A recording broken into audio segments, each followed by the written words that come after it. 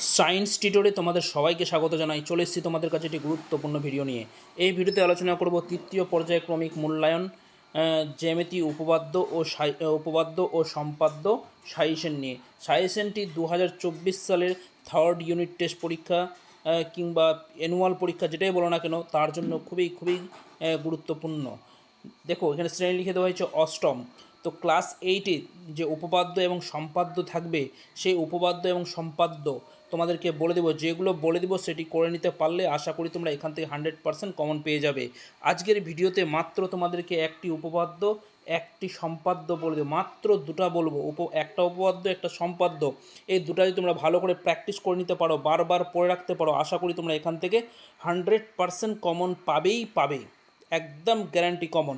তাই তোমাদেরকে বলো ভিডিওটি প্রথম থেকে শেষ পর্যন্ত দেখো। যেগুলো উপপাদ্য রাখা হয়েছে তোমরা বইয়ের মধ্যে দাগিয়ে নাও, বারবার প্র্যাকটিস করো, আশা করি তোমরা এখান থেকে কমন তো পাচ্ছই।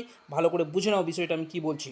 ওকে, দেখো যে উপপাদ্যটা রাখা হয়েছে, প্রথমে যে উপপাদ্য রেখেছি, প্রমাণ করো n সংখ্যক বাহু বিশিষ্ট বহুভুজের অন্তঃকোণগুলির পরিমাপের সমষ্টি 2 × n-2 সমকোণের সমান। আবার পড়ে দিচ্ছি, প্রমাণ করো n সংখ্যক বাহু বিশিষ্ট বহুভুজের অন্তঃকোণগুলির পরিমাপের সমষ্টি 2 × n-2 সমকোণের সমান। দেখো এই উপপাদ্য আমি তোমাদেরকে বলে দিলাম, তোমরা উপপাদ্য দেখে নাও, তোমাদের বইয়ের কত পাতায় আছে সেটা সম্পর্কে দেখে নাও, আর কীরকম তোমাদেরকে লিখতে হবে সেটাও সম্পর্কে বলে দিচ্ছি, দেখে নাও। প্রথমে তোমরা উপপাদ্যটা দেখে নাও, তোমরা নিজে বইটা খুলো, তোমাদের বইয়ে পেজ নাম্বার 200-তে দেওয়া আছে এই উপপাদ্যটা, 200 পেজে দেওয়া আছে, দেখে নাও। এই যে উপপাদ্য নাম্বার 12, বহুভুজের অন্তঃকোণের সমষ্টির পরিমাণ 2 × n-2 সমকোণের সমান। দেখো উপপাদ্যটা চিত্রটা যেভাবে আঁকা আছে, তোমাদের চিত্র অবশ্যই আঁকতে হবে। দেখো এখানে কী লেখা আছে আমি সেটাও পড়ে দিচ্ছি। প্রদত্ত কী দেওয়া আছে, ধরি ABCDEFGH এটি n সংখ্যক বাহুবিশিষ্ট একটি বহুভুজ। প্রমাণ্য কি, n সংখ্যক বাহুবিশিষ্ট বহুভুজের অন্তঃকোণগুলির সমষ্টি 2 × n-2 সমকোণ।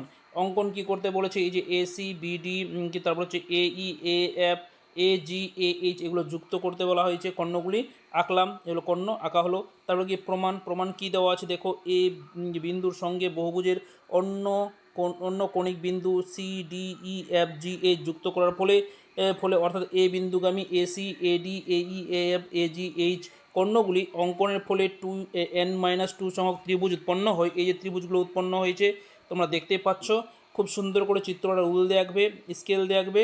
আর রুল স্কেল ছাড়া তোমরা কিন্তু আঁকতে যাবে না, অবশ্যই রুল স্কেল ইউজ করবে এবং নামগুলো অবশ্যই রুল দিয়ে দিবে, তাহলে কিন্তু ফুল নাম্বারটা পাবে। দেখো কী আছে, তারপরে ABCDEFGH বহুভুজের অন্তঃকোণগুলির সমষ্টি কত, 2 × n- সংখ্যক বহুভুজের অন্তঃকোণগুলির সমষ্টি, n-2টা বসলো। এখানে একটা ত্রিভুজের কথা বলছে, তো ত্রিভুজের অন্তঃকোণ সমষ্টি কত, 2 সমকোণ, তো 2 সমকোণ বসলো, এটা গুণ করে দেওয়া হয়েছে 2 × n-2 সমকোণ। তো এইভাবে উপপাদ্যটা তোমাদেরকে লিখতে হবে। ওকে, এরপর দেখো সম্পাদ্যটা কি আছে, 8.1 সেমি দৈর্ঘ্যের সরলরেখাংশকে স্কেল ও কম্পাসের সাহায্যে সমান 3টি ভাগে ভাগ করো। দেখো এখানে কি বলা হয়েছে, 8.1 সেমি দৈর্ঘ্যের সরলরেখাংশকে স্কেল ও কম্পাসের সাহায্যে সমান 3টি ভাগে ভাগ করো। দেখো পরীক্ষায় তোমাদের এই সম্পাদ্যটা থাকবে। এখানে যে মাপটা দেওয়া আছে 8.1 জায়গায় হয়তো তোমার 7.5ও থাকতে পারে, কিংবা 9 সেমি থাকতে পারে। এটাকে সমান 3 ভাগে ভাগ করতে বলবে, আর প্রতিটা ভাগের দৈর্ঘ্য কত সেটাও তোমাদেরকে লিখে দেখাতে হবে। আমি তোমাদেরকে বইয়ে দেখিয়ে দিচ্ছি কীভাবে লেখা আছে, সেভাবে তোমাদেরকে লিখতে হবে।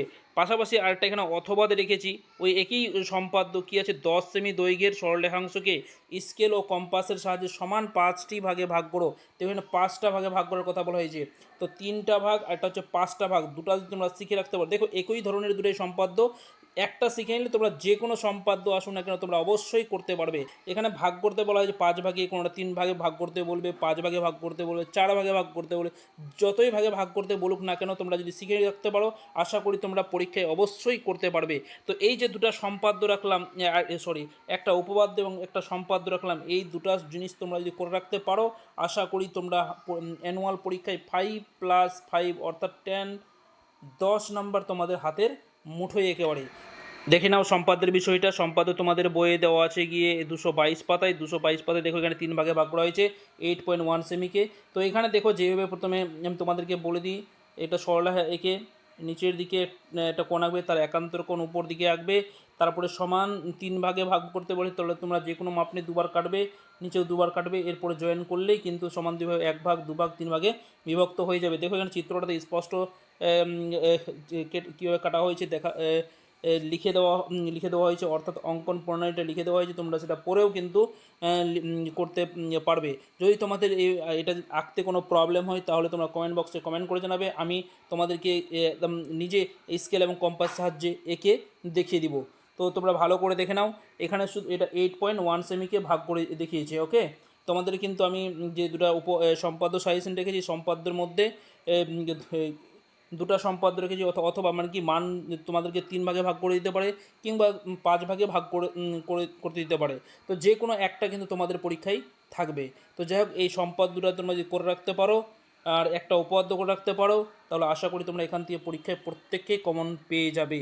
তো যাই হোক, ভিডিওটি আর বড় করবো না, এখানে শেষ করছি। দেখা হবে পরের ভিডিওতে। ভালো লাগলে অবশ্যই লাইক করো, বন্ধুদের শেয়ার করো, আর চ্যানেল এসে থাকলে অবশ্যই চ্যানেলটিকে সাবস্ক্রাইব করে পাশে থাকো। ধন্যবাদ।